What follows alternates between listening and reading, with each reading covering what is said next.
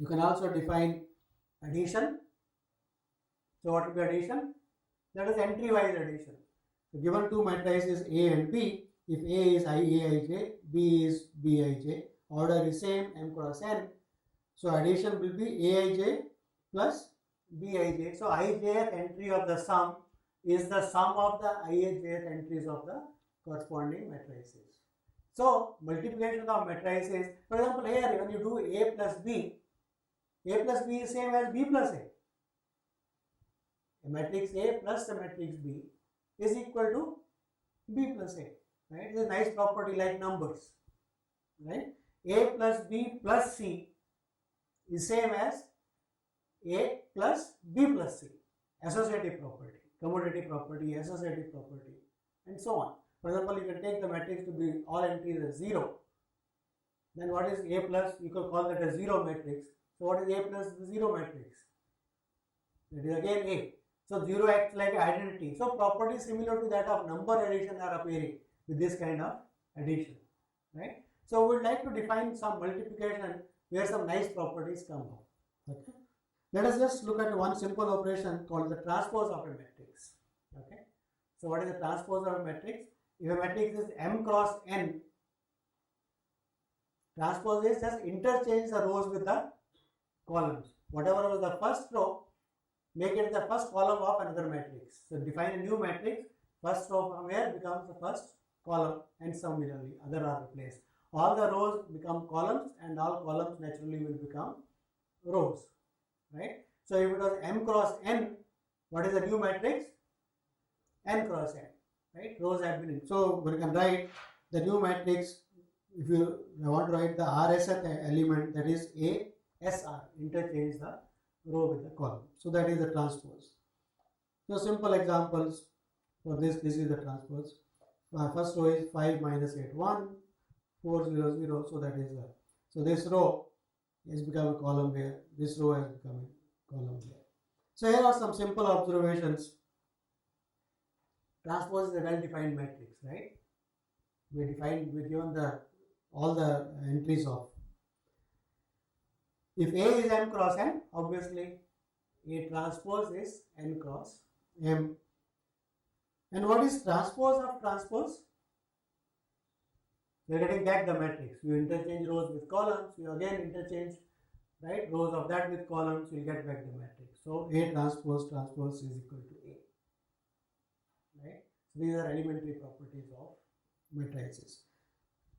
So we looked at what is defined as a transpose. So we'll call a matrix to be symmetric if A is equal to A transpose. If the interchange of rows and columns does not change the matrix. Right? And we'll call it as anti-symmetric or normally called skew-symmetric if it is minus of the A transpose. Does it put any condition on the matrix A? If I say a matrix A is symmetric, does it put any condition? Yes, because transpose will change rows to columns. So if A was M cross N, transpose becomes N cross M.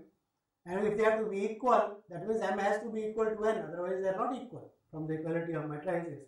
So the concept of symmetric or skew-symmetric matrices is defined only for square matrices.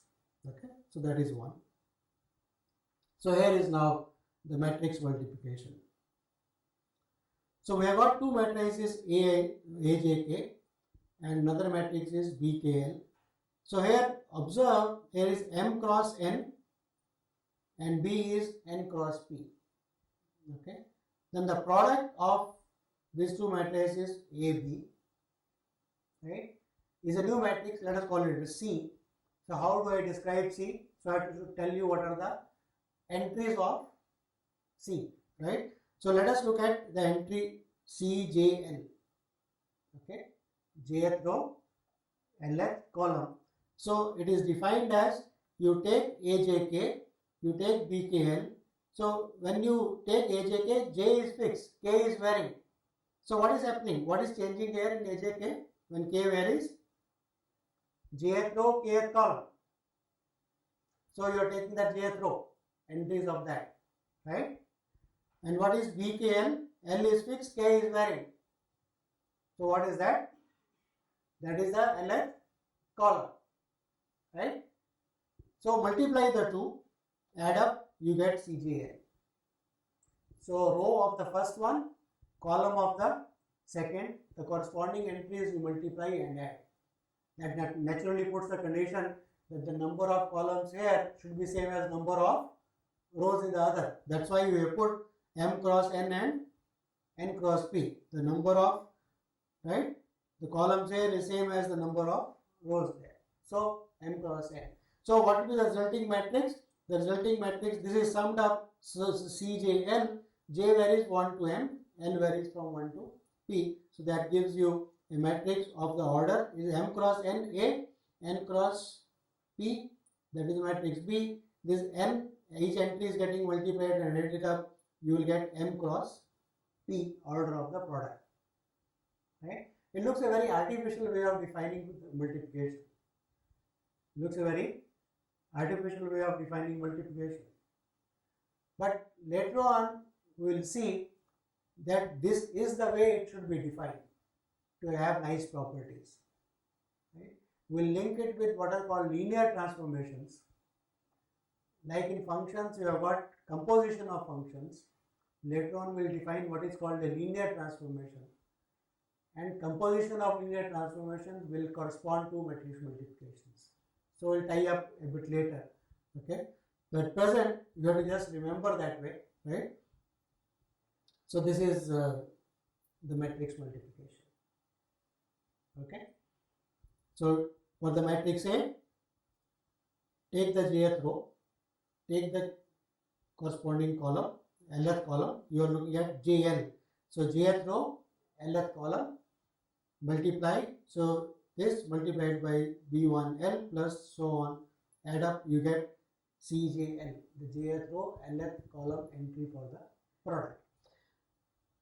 One obvious way of saying that it is a nice property is that it is associative. A multiplied by B multiplied by C. A multiplied by BC is same as AB multiplied by C. This way defining of product has got a nice property, it is associative. Okay. It is not commutative. A into B need not be equal to B into A. Right? One can give examples for that. So if you want to define A, B, C, right, what should be A? The order of A, B should match. Number of rows here should match with number of columns there. The number of rows with B should match with the number of columns. So that is why you see the condition is put A is M cross N, B is N cross P, and C is P cross Q. So N, this match here, and P matches here. So the resulting matrix will be of the order of M cross Q. Right? That will be the order of the matrix. So this is the property. This will not prove it, but you can try to write a proof yourself, right? And you can try to verify it with some simple examples. Product transpose is same as transpose inverted product, right? AB transpose is same as B transpose multiplied by A transpose. One reason that this should be so, because if you take AB and transpose, the rows are going to be interchanged with columns. So similarly, if you have B transpose, already rows are interchanged with columns, rows are interchanged with columns. So the remaining thing, product will have rows and columns already matching. Okay. So but try to verify, try to write a proof of this if possible. Those of you who are very keen, take A to be Aij, B to be some BKL, so that A into B is defined. Now, right? If A into B is defined, then B transpose A transpose is automatically defined. Is that so? Check it. Okay. So, for example, here in this example, you can look at. Want to verify this? Okay. Write down an exercise and verify for this. Okay. At your leisure. That 401926 and this. So that means we will have to calculate AB. calculate AB transpose, calculate B transpose, calculate A transpose, product of that should come out to be equal. Okay, right. So this is a system, I have written it on, so look at the system. So as I said, the coefficients are not really important, right? So let us forget the coefficients, right? Forget the variables and the operations on them. So what I will get? I will get a matrix which looks like A11, A12, A1, and second will be A21, A22, from here A22, A2n, and we'll have AM1, AM2, AMN, and on the right hand side, to write that one, we'll put it as B1, B2, and Bn. So all the data about the system is captured in these numbers, right? Let us try to write this slightly more neatly, okay, so that we get our system. So let us, this part of the data, I will call it as a matrix A. I will call this as B. Okay. So what is the order of A? That is M cross N, right? What is the order of B? N cross 1. And what are the variables? X1, X2, Xn. So let us write them as a column vector. So what is the order of that? N cross 1, right? So to get this equation, let us compute what is Ax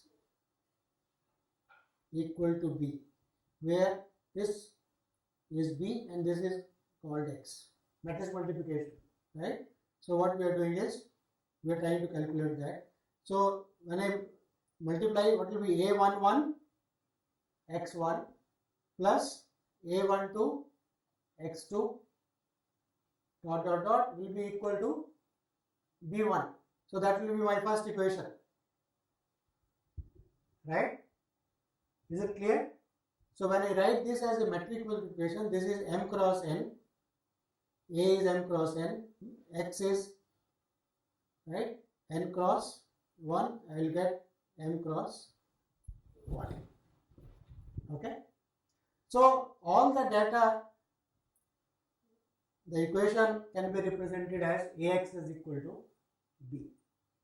So this is a matrix representation of the system of linear equations. So we call a system M cross N, right? A system, instead of writing M cross N, of M linear equations in n variables can be represented at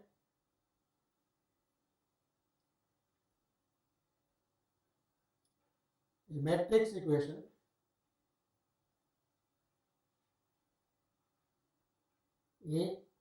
Ax equal to B, where what is A? A is the matrix, which are the coefficients coming in front of the variables, right? X is the variable, unknown quantity we want to solve, and B is the vector on the right hand side, right? So that is the matrix equation, and this is actually equality, because when you multiply, right, when you multiply, you get the first equation, second entry as the second equation, third entry as the third equation. Equality of matrices give you all the system, right? So the problem is how to solve this system of linear equations. And the Gauss elimination method that we have just now seen, it says you can do those three operations, that does not change the system of equations, right? Solution for the system. What are those? You can interchange, you can replace the position of the equation. That means what? In this matrix multiplication, what are you going to do? changing the order of equation, that means interchanging the position of one of the rows, interchange of rows, that should not affect the solution, right? That does not actually affect the solution. What is the second? You can multiply any row by a non-zero scalar. That does not change the solution, right? And third, you can add any two rows if you like, right? So the solution does not change. So you will get a new system which is equivalent to the earlier one, and the solution does not change. And the idea is that this matrix which is representing, right, it should have lesser number of coefficients coming, more zeros coming, so that we are able to solve the system very easily, right? So we'll see it next time on this Gauss elimination substitution method for a general system of linear equations, right?